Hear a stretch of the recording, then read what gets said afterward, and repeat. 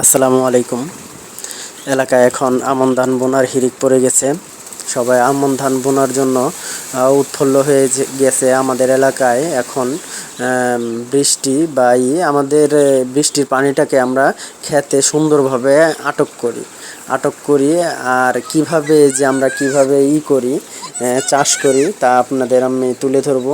এবং কি চাষের ফর্মুলায় ধান অনেক ভালো হয়, ধানে চিটা কম হয়। চিটা কি আপনারা অনেকেই জানেন, তা নতুন করে বলতে হবে না বা বলবো না। অনেকে ক্ষেত খামার করেন, তারা কিন্তু অনেক পদ্ধতিই জানেন না। আমাদের এখানে আধুনিক পদ্ধতির অনেক ছোঁয়া হয়ে গেছে এবং আধুনিক পদ্ধতিগুলো আগের মতোই ভাই সার বিষ মানে কম ব্যবহার করে জানি সেই পর্যায়ে চলে গেছে।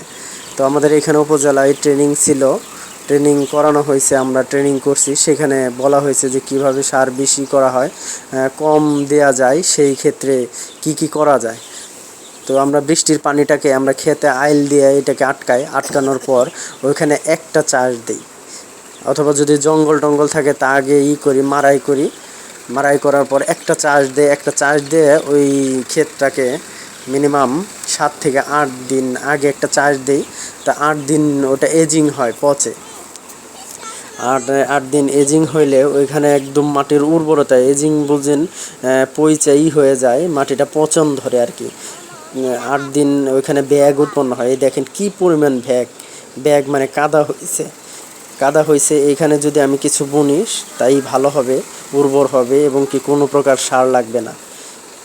তো এইখানে প্রথমে একটা চাষ দিয়ে রাখছিলাম 10 দিন, পচার পর তারপরে আবার আমি এটাকে আরেকটা চাষ দিয়ে এটাকে সমতল করতেছে। এই যে পিছে দিয়ে সমতল করতেছে এবং কি মাটি কোনো জায়গায় নাই, একদম সমানভাবে করলে ধান বোনার ক্ষেত্রে এগুলো আপনারা জানেন যে মই দিতে হয়। কিন্তু 8 দিন চাষ দিয়ে রাখাতে এই মাটিগুলো দেখেন কীরকম, কত উর্বর হয়েছে। দেখেন আমি মাটিগুলো দেখাইছি কি পরিমাণ গাড়ছে। একটা মানুষ গাড়লে মিনিমাম হাঁটু পর্যন্ত গেড়ে যায়। এরকম গেড়ে গেলে ওইটার ধান ও শস্য ভালো হয়। তো আপনারা এই ফর্মুলাটা, এই টেকনিকটা প্রয়োগ করবেন আপনাদের ওইখানে। আশা করি ভালো ফল পাবেন, আমরাও ভালো ফল পাই, ধান ভালো হয়, চিটা কম হয়। তো আপনারাও করবেন, আপনারাও ভালো ফল পাবেন।